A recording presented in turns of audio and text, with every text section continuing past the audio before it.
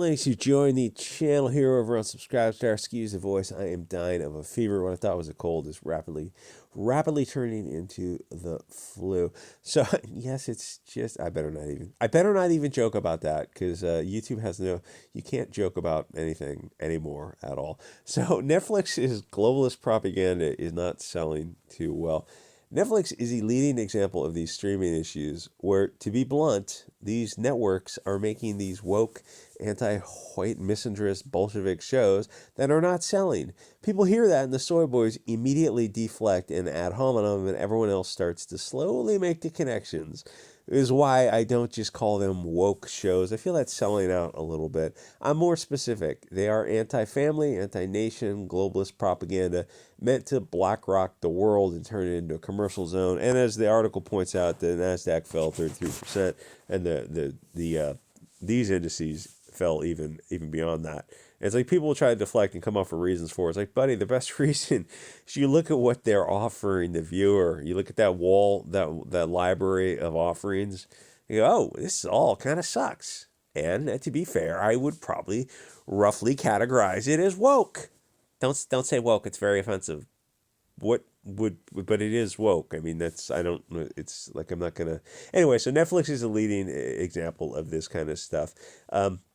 Yes, they want to BlackRock the world and turn it even more so into a commercial zone, which sounds like a hyperbolic statement, except BlackRock is working with Zelensky to buy the Ukraine. So I mean, it's not. Well, I mean, conspiracy theory is like it's weird how people think the word conspiracy theory means it's like an unfounded conspiracy theories. It's like there are conspiracy theories both civilly and criminally every day. It just literally the word just means to come together, to breathe, to aspirate together as one. But it's like these aren't unfounded conspiracy theories when it's all literally happening. People, I mean, the that island out there, like people was, it sounds like just a far right wing like pizza conspiracy. But it all actually happened. In fact, the guy was in a prison cell once when Hillary Clinton was sneaking around deleting him, and not only in an American prison but also in a French prison. It's like that all actually happens. Okay, you were right this one time, but it doesn't mean that you're not far right, like conspiracy flatter type of people. So people say one thing on Twitter where tweets and likes. Yeah, let's get the Obamas up in there. Such a popular couple. It's free to like retweet something or to say on Twitter, I would buy the hell out of that. Shut up and take my money. Except the money usually doesn't originate. For the Mags Asagio is coming out with a new Kim and Kim where they're mad at their dad or something. It's like, shut up and take my money. 900 issues by episode 5. How well did Vagrant Queen do? But they do other things where they're like, if you have to spend your time or your money, it just doesn't pan out for these type of shows. They don't watch the Obama show or the one about the prince, the bald headed red haired guy and his American girlfriend, or She Hulk and the rest of these kind of shows. It's like Rings of Power, Wheel of Time. I don't even, there's so many of these shows out there. You look at somebody like, so you spent $58 million an episode on this show. Why would you? I mean, it would have been more entertaining if you literally just burned the money and had people just dance around naked for 45 minutes. The thing is, they don't watch it because all that stuff sucks. Just boo-hoo. They don't want to watch it, and they can't make them. Not yet. I mean, I kind of envision in the Brave New World Order in the future where your social credit system will be tied into the shows you watch and your social media, and it'll be tied into the financial institutions and your credit cards and your workplace, and everything will be tied together. So you have to not only subscribe to Netflix, Amazon, all these other networks, but you have to watch the woke shows. And the camera on the TV or your cell phone or your tablet will be watching your eyeballs to make sure that you're watching the propaganda. Think that's just a far right conspiracy theory. Yeah, go read Animal Farm in 1984. See what else they predicted. They say it's great on Twitter, but they don't actually pay to watch it or spend their time on it. That's the big schism between what people say and what people actually do.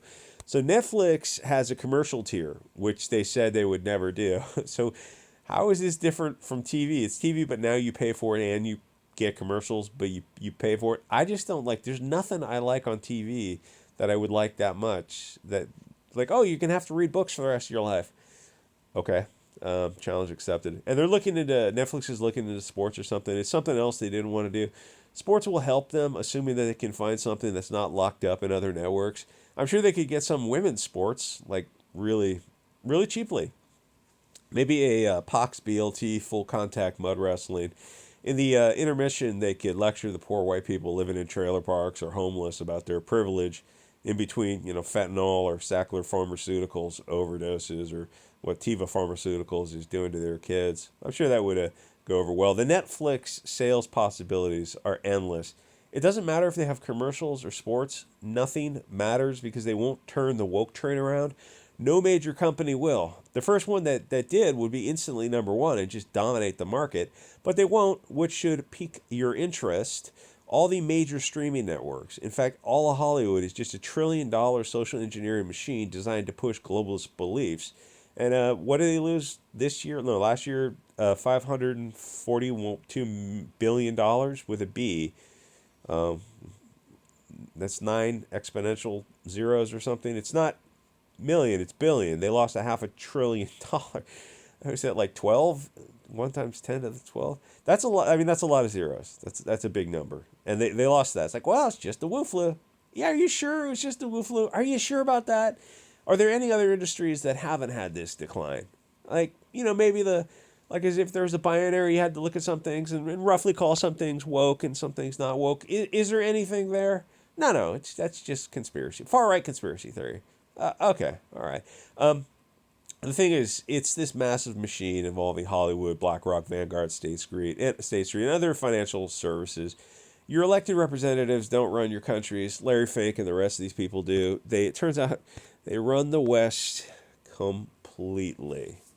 They don't run some other countries because China has its own banks. The rest is won by these, even by people like Sam Bankman-Fried who steal money from. It's weird that Madoff went to prison immediately, and Bankman-Fried is out on bail.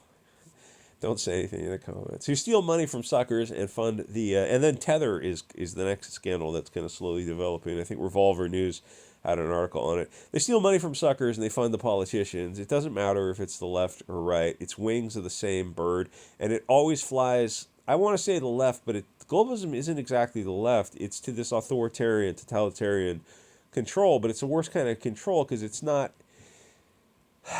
of the people by the people. It's by these soulless bankers and big tech NGOs. It's just a commercial enslavement.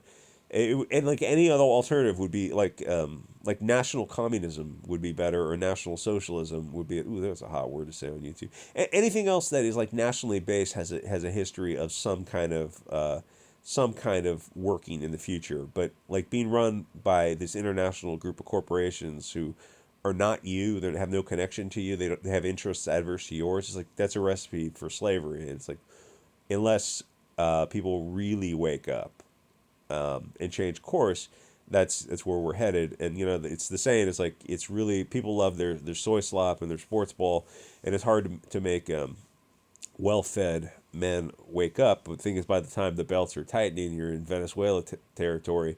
By that time, it's too late because they've already confiscated all the devices you need to maintain communication devices, liberty devices, and I don't know, like guaranteed income, so they could cut it off at any time. It's like all this stuff that sounds like far right conspiracy. We're gonna have a digital currency.